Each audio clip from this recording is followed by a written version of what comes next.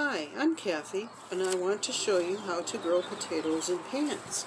You can use a grow bag, you can use a burlap sack, or you can use an old pair of pants. Just tie a knot in the legs and put in a little bit of dirt. This will save you from having to dig a trench and do a big heaping up during the summer.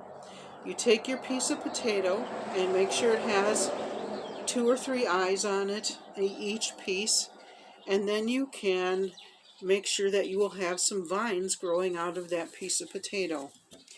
I'm using potting soil, and I'm going to put some into this pant leg right here, because this is like a container garden, so you're going to use potting soil like you would for a container. I'm going to take my piece of potato, put it down here in the dirt, and then I'm going to add a little bit more on top, just like that. Now if I keep it wet, well, water it on a regular basis, as the vines grow, you're going to add either more dirt or you're going to put in straw. I think that you could probably use crumbled up newspaper if you do it good and tight, and make sure you keep it watered.